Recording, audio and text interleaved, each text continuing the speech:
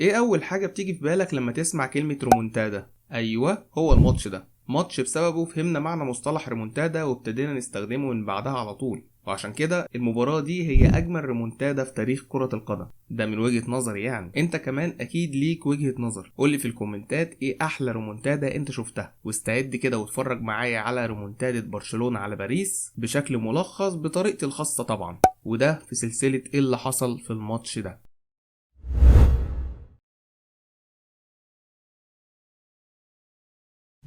لو مش فاكر هفكرك بان الماتش ده كان في دور ال16 من دوري ابطال اوروبا 2017، والذهاب كان في فرنسا، وساعتها باريس سان جيرمان مسك برشلونة وزنقهم في حديقة الامراء وكسبوا 4-0 مع الرأفة، وما كانش فيه اي امل تقريبا لبرشلونة في مباراة العودة، ونقدر نقول ان باريس حسموا التأهل بنسبة 99%، والكل حط في دماغه ان مباراة العودة دي تحصيل حاصل واستحالة برشلونة يتأهلوا. الإحباط وصل لدرجة إن لويس إنريكي مدرب برشلونة نفسه صرح وقال بعد المباراة إنه هيمشي بعد نهاية الموسم، لأنه خلاص اكتشف إنه مش هيعرف يضيف جديد، وقال إن القرار ده حاسم وأخير حتى لو قدرنا نعدي عقبة باريس في العودة. طيب رحنا الماتش العودة في الكامب نو، ولكن رغم كده البارسا نازلين وعاملين حسابهم يعملوا اللي عليهم، وعندهم 99% أمل و1% بس فرصة.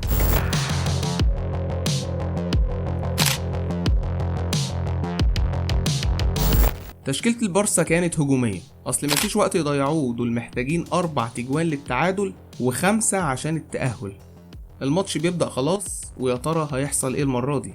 وضغط البارسا كان واضح من اول ثانية، وفي اول 3 دقايق كرة بتتعلق في ال18 تعمل باند وسواريز يكمل فيها، ورغم ان الدفاع شالها قبل ما تخش لكن الكرة كانت عدت الخط، وكده الهدف الاول لبرشلونة. هنا في استاد الكامب نو اقل من دقيقتين باريس سان جيرمان يخسر ضلع من ضلوع الاربعه نتاع الاسبقيه، ولا مونتاج، وبرشلونه يبدا مسلسل الريمونتادا بالفعل. 1-0 فريق برشلونه. البارسا استمر في الضغط على قد ما يقدروا، وادي لمسة يد وما فيهاش حاجة، وادي لمسة يد الناحية التانية وما فيهاش حاجة برضه، وادي كتف المرة دي وما فيهوش حاجة. وهنا بقى دراكسلر زهق من ميسي فقام قايل له اقعد بقى في حتة. اقعد يا عم معانا هنا، اقعد يا عم. وميسي بياخد فاول بس ما بتظبطش معاه. مش كده تسوق الناس يقولوا علينا ايه؟ وبعدها نيمار بيعمل واحدة ار2 كانت هتبقى احلى هدف في الدنيا بس طلعت بره. لسه دورك ما جاش يا عم نيمار، انت هتظهر بس في اخر الفيلم لسه. وهنا بيكيه قام واكل كافاني بالنص وقام للحكم قال له ربنا على الكوره، بس خد انذار عشان هو بيكذب. وجه فاول لميسي تاني بس المره دي بيشوطها في الحيطه، ما هي ما كانتش ماشيه معاه اليوم ده. وهنا لمسات يد كتير وما فيهاش حاجه طبعا، معرفش ايه كره اليد اللي بيلعبوها دي. وعشان دفاع باريس كان مقفل جامد، برشلونة كانوا بيحاولوا يشوطوا من بره ال18 كتير، غير كده ما كانوش عارفين فعلا يوصلوا للجون، والماتش كان بيتصعب عليهم اكتر كل ما الوقت يعدي. وقبل نهاية الشوط الاول بقى ب5 دقايق كرة عشوائية جدا تتلعب، ماركينيوس ما يعرفش يأمن، وانيستا يتضغط في حتة ربع متر كده وظهره اصلا للجون، فيقرر يديها بكعبه اي حاجة عشان ما يضيعش اي فرصة، تقوم تفلت من الحارس والواد كورزوا يقلشها ويدخل جون في نفسه. شيكو اندرياس في سفر ولعت مرة أخرى في دقيقة 88. هاي السيناريو كورزاوا، واحد في البداية والثاني مع النهاية، والشوط أول كابوس لباريس، والشوط أول فيلم رعب لباريس سان جيرمان، وبرشلونة يعمل شطر الريمونتادا. الكرة دي لو اتعادت 100 مرة مش هتدخل غير المرة دي بس، شكلها كده ماشية وعايزة برشلونة ترجع وتعمل ريمونتادا، بس برضو لسه بدري قوي. ويخلص الشوط الأول على كده بنتيجة كويسة إلى حد ما، ولكن لسه فاضل الشوط الأصعب. بندخل على الشوط التاني ولسه بنقول يا هادي وبنرتب أوراقنا كده ونشوف إيه اللي هيحصل، فجأة نلاقي الواد مونيه بيتكعبل على وشه يا عيني، ويقوم واخد معاه نيمار في السكة وتتحسب ضربة جزاء. الكورة اليوم ده ناوية تنصف برشلونة بكل الطرق. طلع استنى وحياة ابوك يا كابتن، المطوه وقعت وحياة ابوك ما تعمل حاجه، استنى يا حي وحياة ابوك وحياة ابوك. ضربة الجزاء بيدخل ميسي يشوطها ويسجل التاني، والمستحيل بيقرب واحدة واحدة. برشلونة الترسيرو انريكي التروازيام يا امري 1-0 برشلونة. التغييرات مفروضة، التغييرات. وهنا الموضوع بقى يطمن جمهور برشلونة شوية، وبقوا مستنيين وحاسين ان المعجزة قربت. بتوع باريس بقى ابتدوا يفوقوا وقالوا لا، احنا بايننا بنتهزق هنا ولازم نعمل اي حاجة، اصل كده ملهاش لازمة ال4-0 بتاعت ماتش الذهاب بقى. ولكن محاولات برشلونة برضو ما زالت مستمرة. يا عم نيمار، ما انا قلتلك لسه دورك ما جاش، ابلع ريقك بس كده واستنى لحد الدقيقة 61.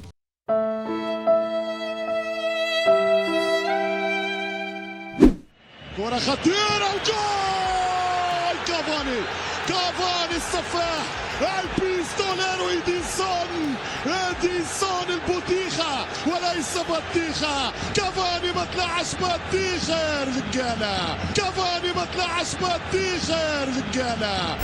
جون بمقام 3 اجوان سجلهم برشلونة، يعني في لحظة واحدة مجهود الفريق اللي بيعمله بقاله ساعة بيضيع في شوطة واحدة بس. وكده بعد ما خلاص كانوا قربوا ومحتاجين جون للتعادل، بقوا محتاجين 3 اجوان عشان يكسبوا ويتأهلوا. كافاني بعد الجون كان رايح يخلص الماتش، بس شتيجن حاول يعمل حاجة صح. حاول تعمل حاجة صح. بعد اللي حصل ده برشلونة كملوا زي ما هم وبقى يعملوا اللي عليهم وخلاص، بس غالبا كده هم اقتنعوا ان مفيش ريمونتادا والماتش مش هيكمل زي ما هم عايزين، بس على الاقل مش لازم يستسلموا. هنا سواريز حب يعمل تمثيلية على الحكم بس ما شربهاش وكان صحيله. برشلونة زي ما هو لسه خطير وضاغط، بس مفيش اجوان عايزة تيجي وشكلها كده قفلت خلاص. وادي نازل سيرجيو روبرتو عريس النهارده، مع ان ده مش منظر عريس خالص، بس يلا اهي ارزاق. مش عارف ايه كمية لمسات اليد اللي في الماتش دي، اوفر قوي بصراحة. وفي الدقيقة 85 دي ماريا بيروح بانفراد وبيضيعه بشكل غريب جدا، ده كان هيخلص الماتش رسمي بقى خلاص. بس تقريبا كده دي ماريا دايما متعود ينقذ ميسي. مبسوط يا اسامه؟ قوي قوي، اهم حاجة ان احنا مع بعض يا كده. طيب نعمل بوز كده، ايوه نوقف الماتش كده شوية، عشان كل اللي فات بقى ده كوم واللي جاي ده كوم تاني خالص. الفيلم هيبدأ دلوقتي والبطل هو نيمار. الدقيقة 87 وفاول للبارسا، نيمار بيدخل ويركنها في الجون بسهولة جدا. طبعا هو نيمار بيلعب فاولات حلو من زمان، بس اللفة دي والركنة دي تدل على ان لسه الكورة عايزة تنصف برشلونة في الوقت اللي فاضل. يمشي نيمار حتى، يا ولد يا ولد يا ولد يا ولد يا سامبا يا الكاريوكا دي جانيرو. ما هذا ما هذا؟ من أين لك هذا؟ من أين تعلمت هذا؟ وكيف تسأل عن هذا وأنت ابن الكوبا كابانا يا الكاريوكا؟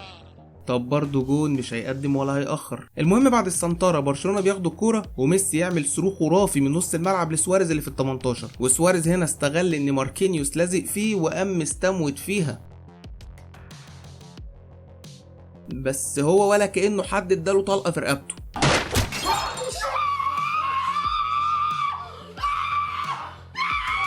المهم ضربة جزاء للبارسا، والمرة دي ميسي سابها لنيمار عشان نيمار كان واعد الجماهير انه هيسجل هدفين. انا شايف ان ده مش وقته، بس اهو الصحاب برضه لازم توجب مع بعضها، ونيمار بيدخل ويسجل الخامس. جول جول جول جول جول جول جول جول جول جول بالفوتبول كلوب برشلونة 5. وهنا اتحسب 5 دقايق وقت بدل ضايع، وهنا فاضل جون واحد بس على حلم برشلونة. يعني الامل مش بعيد زي الاول، لكن دول 5 دقايق واصعب لحظات اللقاء اكيد، لان الوقت ده مفهوش خطة ولا تكتيك، هي محاولات وخلاص، يا تصيب يا تخيب. الفريق كله دخل ال18 بما فيهم تير شتيجن نفسه، وكله مستني فرصة واحدة بس، لحد ما جت اخر كورة في الماتش. في اخر 20 ثانية نيمار بيهوش باليمين وبيرفع بالشمال وتحصل المعجزة. يوزع نيمار وجول جول جول جول جول جول جول جول جول جول جول جول. مش ممكن مش ممكن مش ممكن مش ممكن مش ممكن. البارسا يقلب الطاولة، البارسا يقلب الطاولة من الدقيقة 87.